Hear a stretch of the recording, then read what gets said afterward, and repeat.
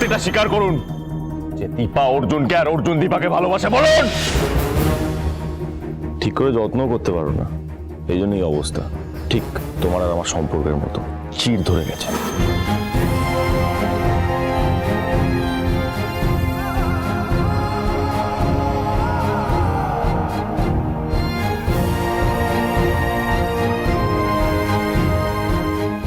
মা,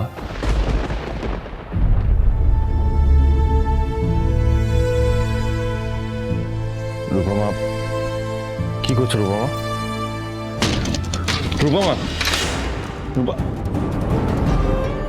রূপমা, মা দরজাটা খোলো মা, বাবা কথা বলবে তোমার সাথে। মা না, তুমি চলে যাও, এটা কি হচ্ছে মা? চলে যাও। রূপমা প্লিজ এরকম করতে নেই মা, একবার দরজাটা খোলো না মা, খোলো না। এখান থেকে রূপমা, মা বাবার কষ্ট হয়, এরকম করো না মা, একটু বাবাকে ভেতরে আসতে দাও না। একটা কথা না বলে তুমি চলে যাও। রূপা তোমার সাথে কথা বলবে না, আর কোনোদিনও তোমাকে ক্ষমা করবে না।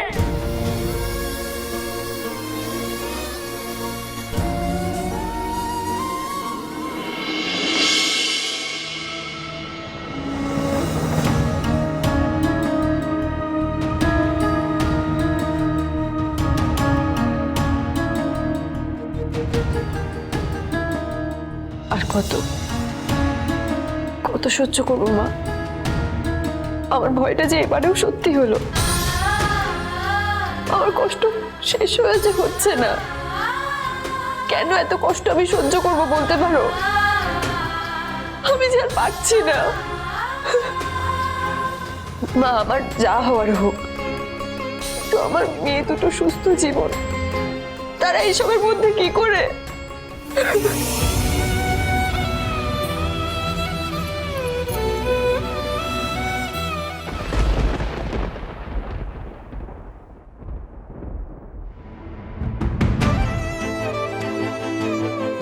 আয়, উঠে আয়।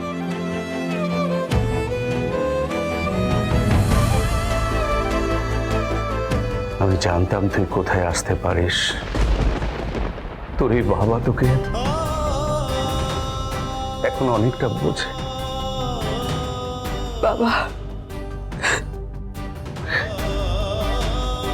আমি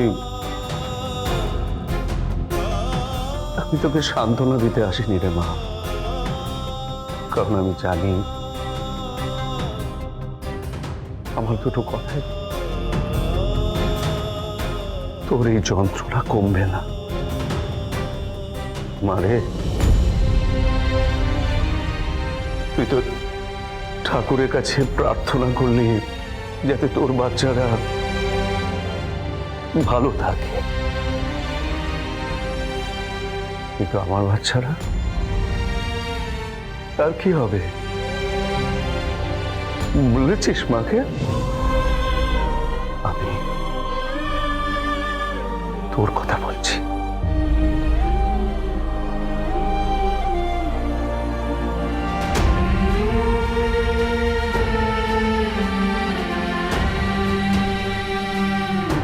এতগুলো দিনে তুই আমার বৌমা থেকে আমার মেয়ে হয়ে গেছিস, তাই আমার নাতনিরা ভালো থাকলেই তো হবে না, আমার মেয়েটাও ভালো থাকুক, সেটাও তো আমি চাই।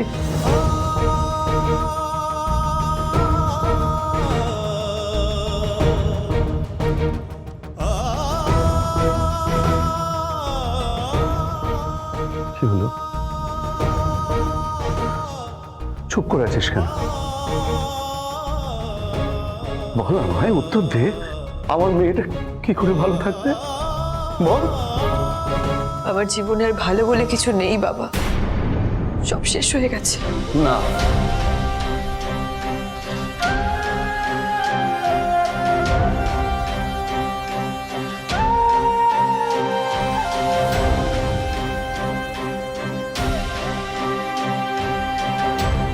চোখের জল আর ফেলবি না, না কাঁদবি না তুই, কাঁদবি না। চোখের জলের দাম আমার কাছে আছে। তুই শুধু আমার প্রশ্নের উত্তর দে, বল আমাকে তুই কি চাস, বল তুই কিসে ভালো থাকবি? আপনি বুঝতে পারছেন না বাবা, আপনি বুঝতে পারছেন না। বুঝতে পারছি রে মা,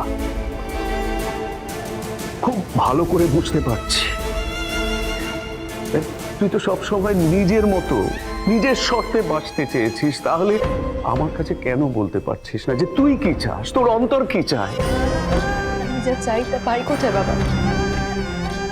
আজ অব্দি না চাইতেও আমি যা যা পেয়েছি, অপমান, অসম্মান। আজ সত্যি আপনার প্রশ্নের উত্তর আমার কাছে নেই। আমার জীবনের এখন যা পরিস্থিতি, সেই পরিস্থিতিতে দাঁড়িয়ে আমি কি করে নিজেকে নিয়ে ভাববো বলুন তো? এখন শুধু আমার একটাই ভাবনা, আমার মেয়ে দুটোকে কি করে ভালো রাখবো। জানিস মা, নিজে অসুখী হলে না, সে কখনো তার চারপাশের মানুষগুলোকে ভালো রাখতে পারে না। নিজে সুখী হলে, নিজে ভালো থাকলে তবেই তো চারপাশের মানুষগুলোকে ভালো রাখতে পারবি। ভালোবাসার উপর বিশ্বাস হারালে মানুষ যে অমানুষ হয়ে যায়। আর তার সবচেয়ে বড় উদাহরণ আমার বড় ছেলে।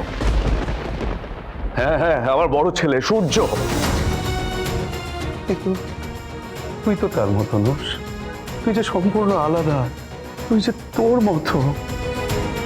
আমি চাই না, বিশ্বাস কর, আমি চাই না তুই ওর মতো হয়ে যাস। মানে তোর মতো মনের মানুষ খুব কম হয়, তোকে তোর মতোই থাকতে হবে। ছিলাম তো আমি আমার মতো করে, নিজের উপর নিজের ভালোবাসার বিশ্বাস নিয়ে, কিন্তু ভুল ছিলাম আমি। কত বড় ভুল সেটা আমি এখন পদে পদে বুঝতে পারছি। আমিও আর সেই মানুষটা নই বাবা। নিজের ভালোবাসা, নিজের বিশ্বাস সব উড়ে গেছে, সব শেষ হয়ে গেছে। না, এটা ভুল, এটা ঠিক নয়। আমি তোমাকে বুঝি বাবা, আমি জানি আমি শেষ।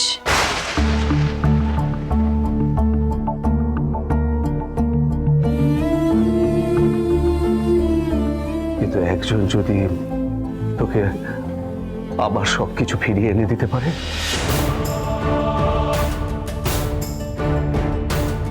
যদি পারে, তাহলে তাহলে তুই মানবি তো? তুই নিজেকে আটকে রাখবি না, বল? এক ভুল আমি বারবার করব না বাবা। একজনের ভুলের শাস্তি তুই নিজেকে দিবি কেন? তুই যদি বুঝতে পারিস তোর মধ্যে সবকিছু শেষ হয়ে যায়নি, ভালোবাসা মরে যায়নি, কি রে, তাহলে বল, মাকে সাক্ষী রেখে বল, তেমন দিন যদি তোর জীবনে সত্যিই আসে, কথাতে তুই তুই নিজেকে আটকে রাখবি না? চুপ করে আছিস কেন, বল?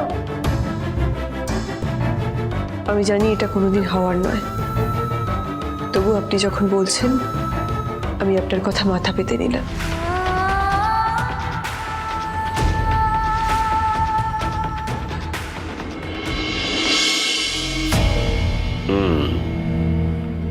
বুঝলাম, কিন্তু যা হয়েছে তার জন্য তুই মন খারাপ করিস না। আর যা ঘটেছে তাতে তো তোর কিছু করার ছিল না। খারাপ লাগাটা কোথায় জানো খোকা? আমার জন্য দীপার এই হিউমিলিয়েশন, এই অপমান। আমি চাইলে ইজিলি সিচুয়েশনটা অ্যাভয়েড করতে পারতাম। একটা গাট ফিলিং হচ্ছিল, সেটাকে ফলো করা উচিত ছিল। ওর এই অসম্মানটা মেনে নেবো কি করে? খোকা, আমার মনে হয় তুই ওভার রিয়াক্ট করছিস। ব্যাপারটা তো সেরকমই খোকা। কোনো না কোনোভাবে ঘটনাটার দায় তো আমার উপরই এলো। কি মুশকিল, যা হয়েছে তার জন্য তুই নিজেকে দোষ দিচ্ছিস কেন? দোষ যদি কারোর থেকে থাকে সেটা তোর ভাগ্যে। ভাগ্যের? যে ভাগ্যের কথা তুমি বলছো তার সাথে আমি দিনের পর দিন লড়াই করেছি, সেটা তুমিও জানো।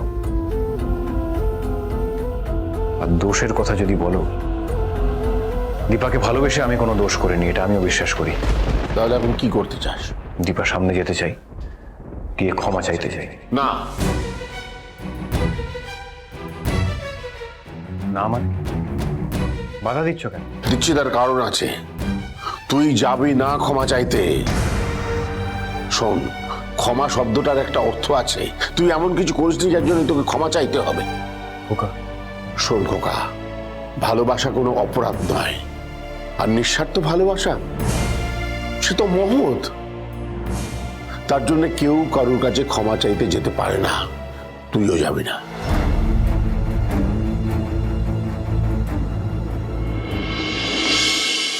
মা, মা দরজাটা খোলো।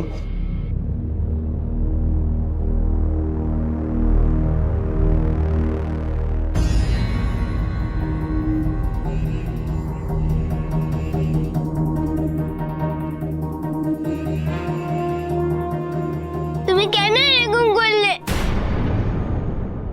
আমি কি করেছি রূপা মা? এইভাবে কেন কথা বলছো আমার সাথে তুমি?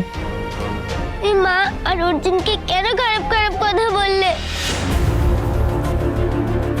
রূপা, সবাই বলে গেস্টের সাথে ভালো ব্যবহার করতে হয়, কিন্তু তুমি তো ভালো কিছুই করনি।